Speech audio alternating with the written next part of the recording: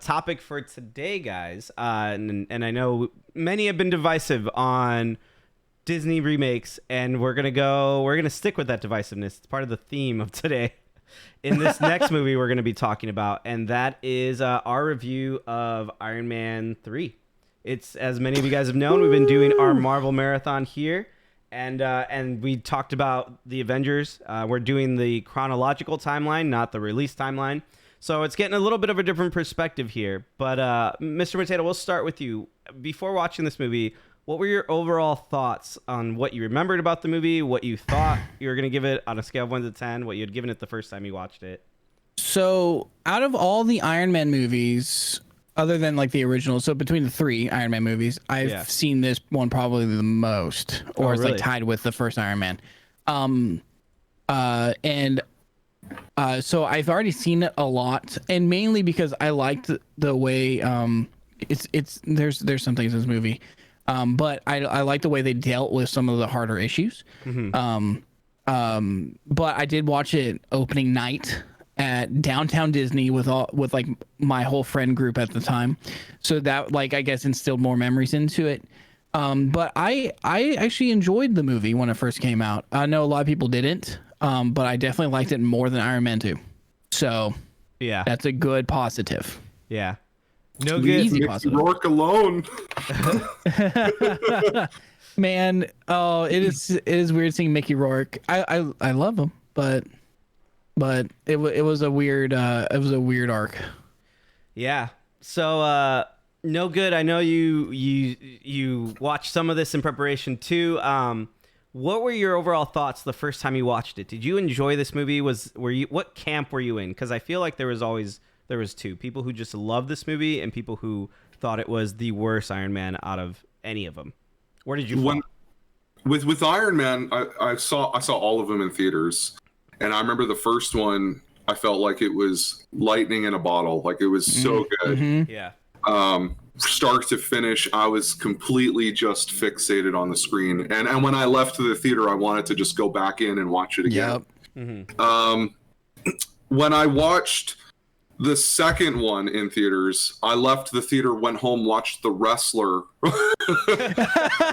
to remind myself that Mickey Rourke is a good actor. Yeah. Right. And the third one, I could not get into it. I just did not. You know, I read the comics growing up as a kid. Maybe my expectations were just a little too high for the Mandarin and for just everything that it could have been. I always love that Tony Stark has he's such a human side to himself that he reluctantly shows until he has to. Mm-hmm. And then he gets really emotionally involved in other characters' story arcs. So, I mean, the movie's not terrible, but I told you before we started, I tried to watch it again last night. I passed out 15 minutes into it because I was like, I should just watch the first Iron Man. So. Yeah. So we had Jon Favreau. Oh, hang on one second. My dogs are barking. I'll be right back. No worries. Bark. Bark. Time filler. It sounded like he said we had Jon Favreau, and I was like, wait, you interviewed Jon Favreau? I was going to say, we got him on the call. Bring him on. Oh, we'll talk about Jungle Book. Man. Didn't he also do Lion King?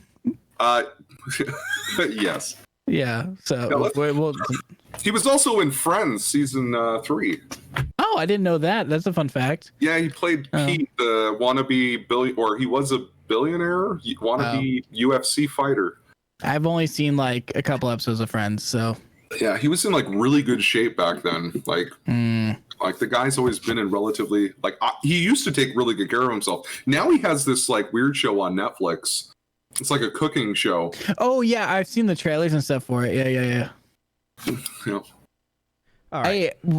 I see. Here's the thing, though. I would watch Friends, but Meg's mom is obsessed with Friends, so Meg seen too much of it. So she's like, I'm good for now. How do we get onto Friends? We were talking about Jon Favreau. Yeah. I was gonna mention him and say that I think what really helped with Iron Man 1 was that he was pretty hands-on with it, and kind of directed it. And then number 2, he kind of gave a little bit more of that grip to another director, which I think kind of played into it being pretty bad or not as good as the first one. And then this one, again, same thing. He's accredited as a producer of it and kind of overseeing it. But Shane Black was the director of this. Shane Black has done a lot of other comedies.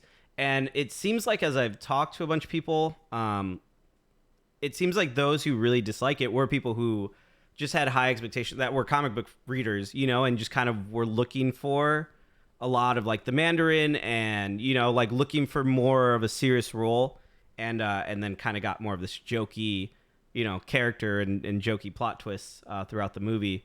So yeah, so I totally get it. And even I remember the first time I saw it being like, God, was this really that good? But let's jump into the actual review then now of watching it here and now. Mr. Mateto, you saw the beginning of this whole thing play out. Yep. What did you think of the introduction of this movie, basically setting up the premise of where we're going, what we're doing, where Iron Man is at this point in the MCU? I enjoyed it because it was right after Avengers. Yeah, Battle in New York.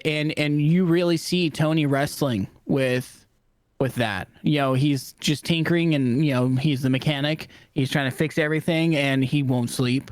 And you really see the effects, and because Tony's like so selfish and all this stuff, he won't try and get help. Yeah. He'll just try and work through it, and he won't ask anyone for anything. And so I really liked that part of this movie. And you really kind of seeing his thing, like, take away all the other stuff where we get nerdy about it. And like, oh, we don't like the way they might have, messed with the Mandarin or anything. Like, I really enjoyed this stuff because you really just kind of see him, just trying to deal with it. And maybe that's because I even had like, personal experience with a close family member dealing with PTSD and severe stress and all this stuff and having problems with that too. So maybe that's probably hit closer to home.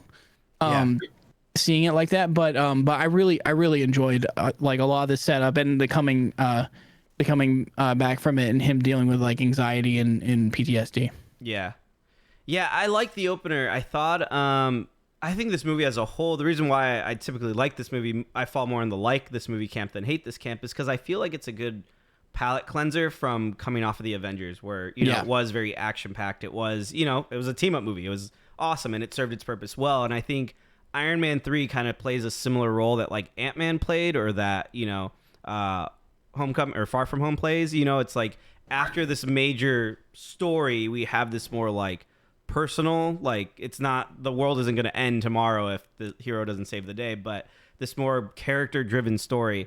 And so I really like the opener. I think we had joked about this back in Iron Man 1 or Iron Man 2, but talking about like how stupid it was that Happy is the security guard to Iron Man, the man who literally builds these iron suits. And I love that they threw that joke in here too, where when he gets his promotion, he's like, I got laughed out of the bars. Like, nobody would take me seriously when I tell him I'm Iron Man's bodyguard. So he's like, now I finally have a real job and working at... I have a real job. Yeah. So I loved that part of it. I love that little thing. Those are like little things on the rewatch that like I didn't notice the first time around. Also, the other really big thing, and I don't know if it's just because I've become more of a comic book fan throughout, the time of when I saw this, when I was, this came out 7 years ago, I think. So when I was like 21 versus now, and I'm just involved myself more in the Marvel world and the games and other things, that like, call me stupid because it's so throughout the entire movie, but I did not realize what a presence AIM was in this movie. Yeah. And AIM is such a big, it's like Oscorp essentially, like it is a big name. There's a lot of story to be taken out of that well, Yeah. And I don't know, maybe to me just before I see the name, but it didn't mean anything.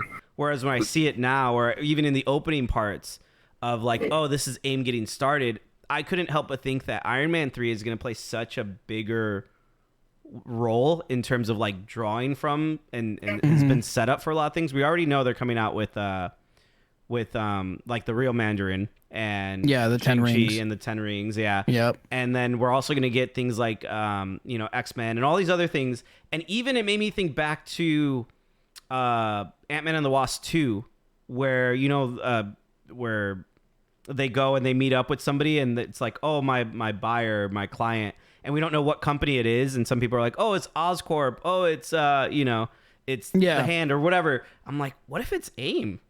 Like AIM's been set up now. It's been in the MCU for a while. Like, and we don't know what happens next. And he's not the sole owner of it. Like this guy and the villain was the face of it. But yeah, I'm like, what if AIM's getting ready to gear up and do something big? We haven't seen them really outside of this movie in the MCU. So yeah, I really like the opener, and to me really kind of showed where the MCU can still continue to grow in and develop. But no good. You saw this before. What did you think of this opener? Is this the part for you? Was it the opening stuff that for you made you dislike the movie? I think it was my own expectations that made me not like the movie. As a comic book fan, I think I expect something different, maybe more no, I wouldn't say factual, just more sticking to source material. So like I said, with the Mandarin, it kind of there was a bunch of plot twists in that movie, some of which I actually really found comical and enjoyed. Yeah. But overall, I just had a hard time getting into it. I did like, and like Matt had said, I really did enjoy the humanity in Tony. Yeah. They do such an amazing job fleshing him out in almost every movie, because he's got such a stone cold exterior. Yeah. And then when he starts opening up, you can see he's just like this warm, like little teddy bear of, but he's just like everyone else. But I only got as far as the opening. So remembering everything in this film it escapes me. But no, you're good. It's I think it was my own expectations when I went and saw it in theaters that really killed it for me. Was I wanted, you come off Avengers, you come off something so high, and I can see on the one side you're like, I really want something to kind of just like reset the tone, just bring it back. And in my mind, I was like, how do you follow that up? Yeah, how do you follow this up and build on it? And I didn't feel like at the time, I didn't feel like it was going to be taking us anywhere. But I did find it interesting that you brought up AIM, because my brain instantly was like, Marvel's Avengers, the video game, the main villain is AIM. Yeah. Almost as if they're grooming the audience. That's what made me think of it too, yeah. To start getting ready for AIM. So maybe you've nailed that completely on the head. It could very well be that Iron Man 3 actually holds a lot more of a foundation than even I anticipated all those years ago when I went and saw it. Yeah, because again, like not even accrediting it to Shane Black, but Kevin Feige and the Marvel heads, Marvel overlords, like they could have named that company it could have been Company X, but they didn't. They make it a very big, and like I said, as I watched the entire movie, I'm like, how did I not? But again, I didn't know what AIM stood for, what stories they could draw out of it. But it is so, Tony wears in the whole third act, we're going to talk about this in a minute, but literally his shirt is an AIM shirt. Everything ties back to AIM, which is just, to me, I'm like, okay, they're definitely gearing us up for something more here to do with them. This is just the setup movie for it. But let's go into the middle section here, Matt. Let's talk about, the Mandarin a bit piece here, the kind of investigation parts that we get of Tony trying to piece things together. Figured out we got Iron Patriot now instead of War Machine. We see, what happens with Pepper a bit. What did you think of the whole middle section of the movie? Tony finding himself pretty much. And again, a lot of stuff to do with Tony and his humanity. They No Good said it perfectly. They do really well in pretty much all movies. So I enjoyed it. I like seeing Detective Tony. Because another billionaire guy playing detective. I did make a note last night. I'm like, this is very Dark Knight Rises. This is like basically our making Iron Man very Batman-y. Like I have this tech, and I'm much more than just my tech, but I'm gonna do all this crime solving and figure out, because I'm a tech genius, you know, I'm gonna hijack this van. And Yeah. I thought it was very fun. You know, always a little funny stuff. But hey, it's limited edition. Again, the limited edition door watch. I just love how like he plays off like he's such a douche. Yeah. And he's still doing the whole thing, but really like he's a really caring guy. Yeah. And like you even see it where the middle part, you know, where the attack happens on his mansion, and where he's like, oh yeah, I don't remember you, I don't even remember what I ate, and then all of a sudden he knows her name, like, so he knows, he remembers a lot of stuff, he just doesn't talk about it because, you know, it's probably like, you know, hurts him, like he was such a douche all those years ago, or anything like this. So it's very interesting. It adds more depth to his character, and it makes you love him more. Right. So but yeah, I like the middle part. I will say, I made note of this last night when I watched it, was I just love how, like, what are we doing here? He lands in Tennessee, and Jarvis is like, I made a flight plan. Yeah. Well, Good old Jarvis. I thought it was random at first too. I'm like, of all places, like, why would you take him there? Like, why would, you know, especially when he needs to get back to Pepper and he doesn't even know what happened to all of them. But then I realized that the reason why is because he was setting up the coordinates beforehand to investigate these like explosive sites where these bombs from the terrorists had gone off. So